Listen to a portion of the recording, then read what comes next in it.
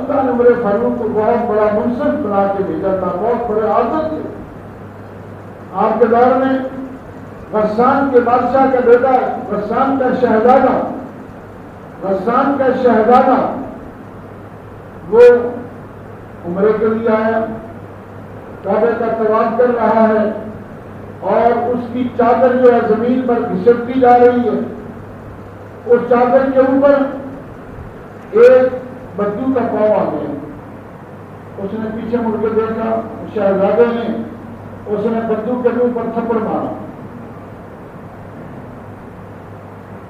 بدو نے جا کے حضرت عمر کی عدالت میں کیس کر دی کہ شہزادے نے میرے منہ پہ تھپڑ مارا ہے. اس کو بلا لیا شہزادے کو، فرمایا کہ بھائی تو نے اس کے منہ پہ تھپڑ کیوں مارا ہے؟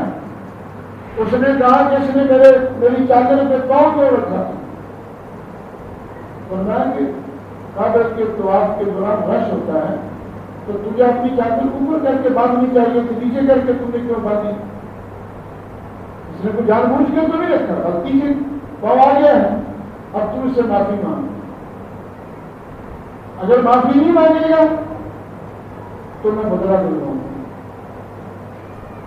اس نے کہا کہ اگر آپ بدلہ کروائیں گے، میرے منہ پر تھپڑ مروائیں گے اس بدو سے، تو میں تو اپنی توہین سمجھتا ہوا اسلام چھوڑ دوں گا. مجھے ایسا مذہب نہیں چاہیے جس میں کسی بڑے چھوٹے کی تمیز ہی نہیں. تو میرے فاروق نے فرمایا کہ اسلام ہی ایک ایسا مذہب ہے جس میں کسی بڑے چھوٹے کی کوئی تمیز نہیں ہے. جو بڑا بھی کرے اس کو بھی سزا ملے گی، چھوٹا کرے اس کو بھی ملے گی.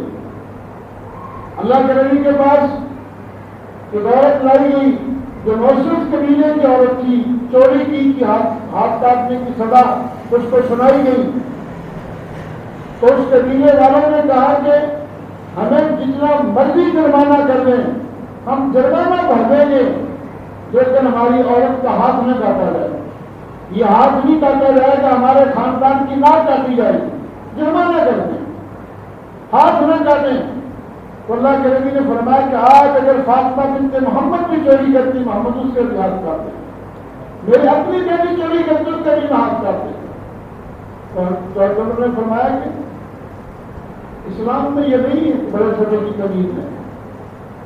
تو فرمایا اس کو کہا کہ معافی مانگ لی تو میں تھپڑ مرواؤں گا. تھپڑ مروایا اس کے بچوں اور وہ مرتد ہو کے چلا گیا، جا کے اپنے اسلام سے پھر گیا. فرمایا کہ تیرے جیسے لارو کتے اسلام چھوڑ دینے اس کی پرواہ نہیں ہے، لیکن میں انصاف کرواؤں گا، عدل کروں گا. بے انصافی نہیں ہوگی ہماری. تو عمر فاروق رضی اللہ تعالیٰ عنہ کا عدل بڑا مشہور ہے. آپ کے دور میں جو کسی پر ظلم نہیں ہوا، کسی کے ساتھ زیادتی نہیں ہوئی. آپ ایسے حکمران ہیں کہ ساری رات پہرا دیتے. دنیا آرام کرتی تھی، آپ گلیوں میں پہرا دیتے. جب کبھی نیند کا غلبہ ہوا، کہیں بھی دیکھا کسی بھی چوک میں ایک پتھر سر کے نیچے رکھا، سو گئے. کوئی ڈر نہیں تھا، کوئی خوف نہیں تھا. ایک مرتبہ ایک سفیر آیا باہر کے ملک کا آپ کو ملنے کے لیے. اس نے پوچھا کہ تمہارے امیر المومنین کا دفتر کہاں ہے، اس کا سیکریٹریٹ کہاں ہے؟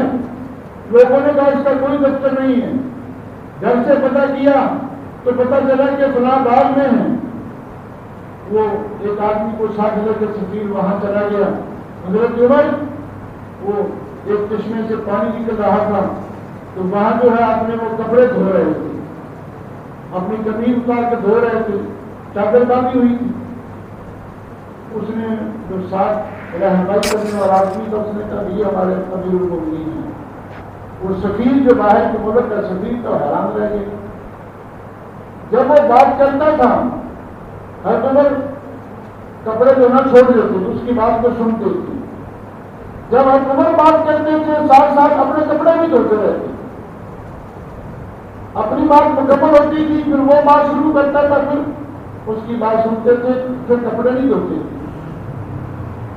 بات مکمل ہونے کے بعد اس نے بڑے غور سے ادھر ادھر دیکھا کہ شاید جو سکورٹی والے جو دائیں بائیں کے ہوں گے وہ ان کے گھر میں ادھر ادھر ہوں گے تو سکورٹی والے ہوں گے. اس نے دیکھا کوئی بھی نہیں تھا.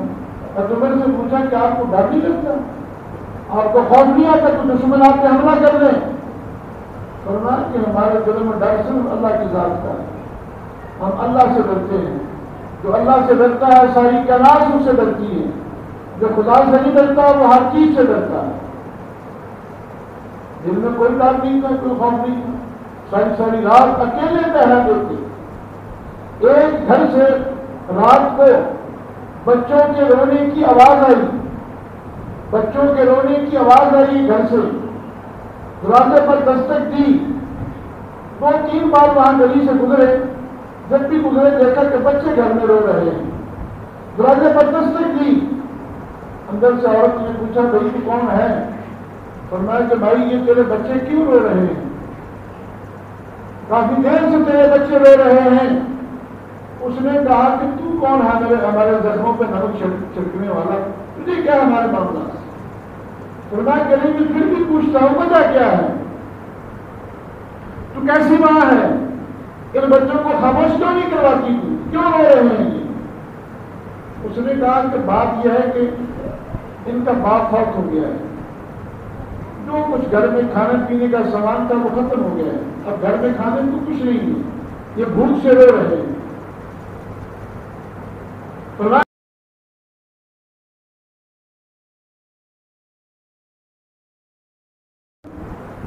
کہنے لگی میں کیوں بتاؤں؟ عمر کو خود اپنی رایا کا پتہ ہونا چاہیے کہ میری رایا میں کون بھوکا مر رہا ہے، میں کیوں بتاؤں؟ عمر ڈر گئے، فوراً گئے، جا کے اپنے غلام کو اٹھایا، غلام اسلم کو، اور کہا کہ بیت المال کی چابیاں لے کر آؤ۔ بیت المال کی چابیاں لے کر آیا غلام، فرمایا کہ اسے ایک بوری میں کچھ کھانے پینے کا سامان سارا بھرو، کھانے پینے کا سامان بھرا، اور بوری جو کی فرمایا کہ اس بوری کو اٹھا کے میرے کندھے پر رکھ دے۔ غلام نے کہا کہ میں آپ کا غلام ہوں، یہ بوری میں اٹھاتا ہوں، آپ میرے کندھوں پر رکھے، میں اٹھا کے لے جاتا ہوں۔ فرمایا قیامت کے دن میرا بوجھ تو نہیں اٹھائے گا، میں اپنا بوجھ خود اٹھاؤں گا، اس لیے یہ بوری میرے کندھوں پر رکھ۔ بوری اٹھا کے اس کے گھر لے کے گئے، اس عورت کے گھر جا کے کچھ حلوہ سا بنایا۔ غلام اسلم کہتا ہے کہ لکڑیاں گیلی تھی، آگ نہیں جل رہی تھی۔ تو حضرت عمر رضی اللہ تعالیٰ نے بار بار اس آگ میں پھونکے مار رہے تھے، اور اتنا دھواں نکل رہا تھا کہ حضرت عمر کی داڑھی بھی بھر گئی دھوئیں سے، اور چہرے کو اوپر بھی دھواں آ رہا ہے۔ اور پھر زور سے داڑھی کو پکڑا اور پکڑ کے کھینچا اور کہا کہ عمر یہ دنیا کا دھواں برداشت کر لے، اگر ان یتیموں کے دل سے آہ نکل گئی تو قیامت کے دن جہنم کا دھواں برداشت کرنا پڑے گا۔ یہ کہہ کے پھر بھوکے مارنے لگا۔ حلوہ تیار کیا، حلوہ تیار کرنے کے بعد اس عورت کو کہا کہ لوگ یا اپنے بچوں کو کھلاؤ، بچے کھا رہے ہیں، خوش ہو رہے ہیں۔ تو غلام اسلم نے کہا کہ چلیں، فرمایا کہ صبر کر، میں نے بچوں کو روتے ہوئے دیکھا تھا، جب تک ان کو ہنستے ہوئے نہ دیکھوں میں نہیں جاؤں گا۔ جب بچے خوش ہو گئے، حلوہ کھا کے خوش ہو گئے، ہنسنے کھیلنے لگے، تو پھر اپنے گلے میں اپنی چادر ڈال کر اس عورت کے سامنے کھڑے ہو گئے اور فرمایا کہ ماں یہ تیرا مجرم تیرے سامنے کھڑا ہے، جو کچھ کہنا ہے مجھے یہاں کہہ لے، اس دنیا میں قیامت کے دن میرے گلے میں کپڑا نہیں ڈالنا، قیامت کے دن کوئی مطالبہ نہیں کرنا، آج جو کہنا ہے کہہ لے۔ اس نے کہا کہ تو عمر ہے تو پھر میں یہ گواہی دیتی ہوں کہ خلافت کے لائق تو ہی ہے، تیرے علاوہ کوئی نہیں۔